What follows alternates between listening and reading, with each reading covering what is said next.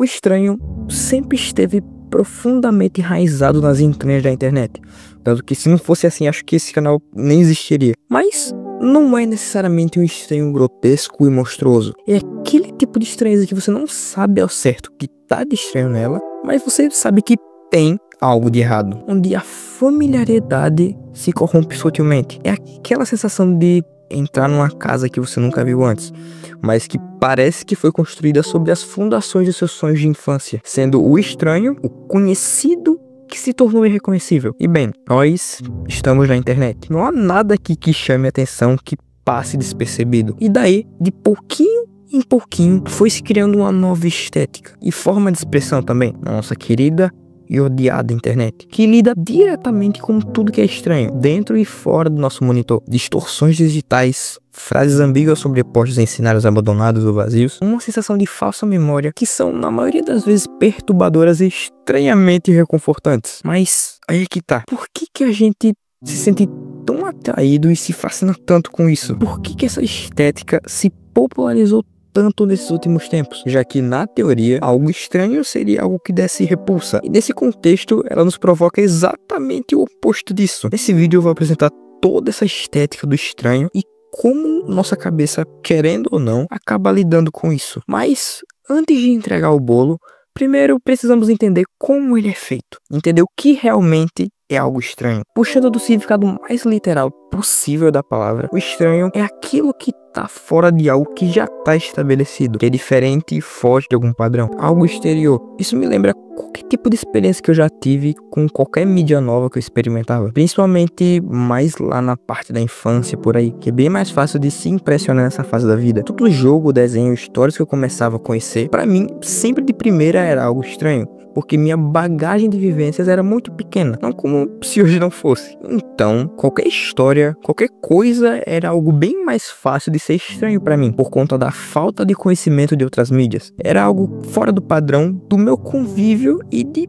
tudo que eu estava acostumado, que me fazia enxergar tudo isso como algo novo e diferente. Eu achava estranho, mas por algum motivo era algo que me despertava uma atenção maior, principalmente por sair da mesmice de sempre ver as mesmas coisas sendo consumida pelo mesmo tipo de gente. Eu enxergava aquilo como um tédio. Daí minha cabeça começou a trabalhar e trabalhar, até que, bum, eu consegui criar algo novo, estranho, mas novo, com base no que eu consumia e achava legal. Não lembro especificamente o que destravou essa ideia na minha cabeça, mas sei que me fez emergir de cabeça em um universo completamente diferente. Então eu criei uma história, criei personagens, dei personalidades e diferenças para eles, fiz com que o que estava na minha cabeça se tornasse algo vivo no papel. E algum dia eu decidi mostrar o que eu tinha criado para minha turma. E resumidamente todo mundo riu. Eu fiquei bastante triste. Mas depois de um tempo, tentar entender o porquê do motivo da risada ficava martelando na minha cabeça. Será que o mundo que eu tinha criado era uma bosta? Ou será que era só uma criança esquisita criando uma história mais esquisita ainda? E aí que tá, aquilo pra mim não era algo considerado estranho, porque antes disso eu absorvi muito conteúdo que me fez criar aquilo. Logo, o estranho pra muitos acabou se tornando o meu novo normal. E apresentar uma história assim pra um monte de criança cabeçuda pode ser soado algo estranho pra elas, porque no convívio delas, o que eu apresentei foi algo estranho, mas pra mim era só mais uma história que eu, felizmente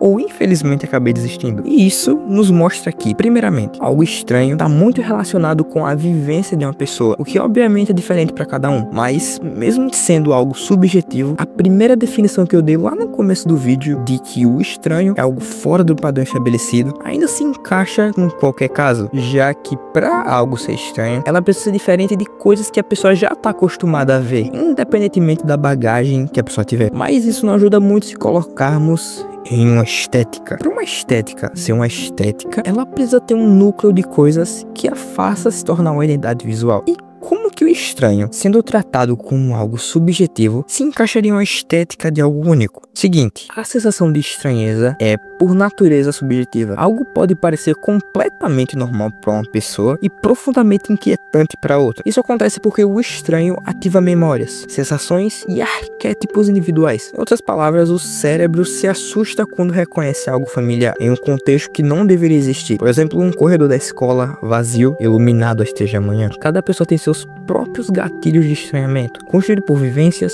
memórias, medos e cultura. Isso faz com que o estranho nunca seja universal, mas há padrões que se repetem com frequência. E é isso que faz com que o estranho seja um núcleo, quando nós falamos do Wakecore, transformando o subjetivo em coletivo. Mas como exatamente isso ocorre é o mais curioso. O Wakecore surge justamente quando milhares de pessoas percebem que compartilham o mesmo tipo de estranheza subjetiva diante de certas imagens. Corredores vazios com sombras humanoides, plantas ou cogumelos com olhos humanos, uma pessoa com cabeça de TV. Sozinhas, essas imagens são banais, mas juntas, organizadas visualmente sobre um mesmo padrão estético, se transformam em um estilo, em uma estética. Então, essa estética coleta esses fragmentos subjetivos do inconsciente e organiza em algo que pode ser reconhecido visualmente, como uma paleta de cores, texturas e atmosferas próprias. Assim, a gente consegue dar vida a algo que é vago, que de início não era nada significativo e sem presença de algo belo, mas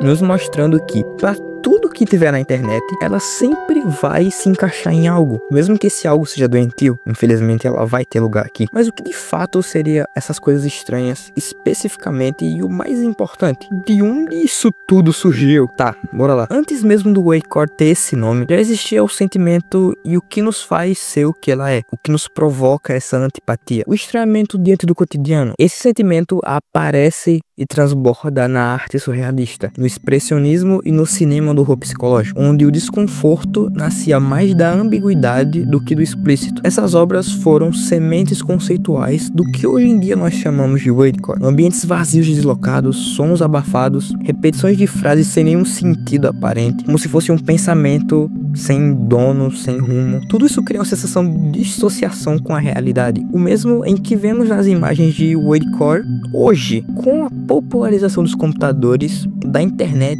e das experiências virtuais nos anos 90 e 2000, uma nova linguagem visual se formou, áspera, pixelada e estranhamente crua. Interfaces de sistemas antigos como o Windows XP, menus de VHS, jogos com gráficos rudimentares como jogos low poly do PSX, ou jogos 2D que usam aquele degradê e texturas extremamente específicas que não dá para explicar só vendo, como por exemplo o Purple Place, que eu jogava direto no Windows 7, que eu vou me aprofundar e falar mais em um próximo vídeo. Fotografias e vídeos de baixa qualidade, distorcidas ou pixeladas, enfim, essas mídias se transformaram em objetos nostálgicos para gerações que cresceram com elas, porém, com o tempo, passaram a ser resgatadas não como tecnologias ultrapassadas, mas como fragmentos de um passado ambíguo. O termo Wakecore começou a circular em comunidades da internet, como no Tumblr, no Reddit e no YouTube, lá por volta de 2017. Não tem alguém específico oficialmente creditado como quem criou o nome, ela só foi surgindo de forma orgânica, justamente nessas comunidades que eu citei, como uma forma de descrever um conjunto de imagens que nos trazem sensações de desconforto, nostalgia e estranheza, seguindo uma lógica bem comum da internet. O nome Wakecore usa o sufixo core para designar um conjunto estilo visual, e o wake de estranho ou de esquisito. Provavelmente começou a ser utilizado como um rótulo informal para organizar algum conteúdo em blog ou em fóruns, como por exemplo, essa foto aqui é estranha, ou tipo, isso aqui é bizarro, só que eu não sei explicar o que tá de estranho nele. E justamente por resumir, entrei no Instagram, e justamente por resumir é apenas uma palavra, uma sensação comum que aquelas imagens traziam, esse nome pegou. E ele só pôde surgir plenamente em um ambiente onde as pessoas compartilham memórias visuais, experiências e pensamentos. Essa circulação espontânea de imagens deu forma ao que antes era apenas um sentimento difuso. Então, o Wakecore é menos um estilo com regras definidas e mais uma tentativa coletiva de visualizar o sentimento de estranheza do mundo moderno, o que acabou se tornando bastante popular, também bem rápido e atemporal. O estranho atrai porque é indecifrável, e o indecifrável exige nossa atenção. Desde cedo, o ser humano demonstra uma curiosidade inata pelo desconhecido. Quando nos deparamos com algo que foge dos padrões habituais, nosso cérebro é ativado por uma espécie de alerta prazeroso, que nos convida a explorar, compreender ou simplesmente observar. Essa curiosidade natural é alimentada por uma busca constante por novidades, um impulso evolutivo que, no passado, ajudava nossos ancestrais a identificar mudanças no ambiente, reconhecer ameaças ou descobrir oportunidades. E justamente por ele ser bastante ambíguo, ele não se encaixa facilmente em categorias que conhecemos. Ele provoca uma espécie de desconforto mental que faz com que a gente tente encontrar significado em algo que às vezes nem tem, sempre tentando preencher lacunas que já estão preenchidas pelo próprio vazio. Ele não busca o conforto estético, muito pelo contrário, ele nos leva a um estado liminar, onde a nostalgia se mistura com a inquietação. É como lembrar de um lugar onde nunca estivemos, ou ver algo que parece ter saído de um sonho ruim que não conseguimos esquecer. E justamente por compartilhar essa sensação de estranhamento e suspensão da lógica, que os nossos sonhos também começam a se encaixar nisso. Mas enquanto o Whitecore tende ao desconforto, ao glitch emocional e ao surreal perturbador, a estética dos sonhos nos leva a um território ainda mais onírico e suave, ainda estranho, mas com um véu de encantamento, como se estivéssemos flutuando por memórias inventadas. Ele carrega uma estética de sonhos doces e atmosferas surreais. Apesar de ambos serem bem parecidos, ainda assim eles têm uma diferença. E aí que começa o mistério. Afinal, o que exatamente é o Dreamcore?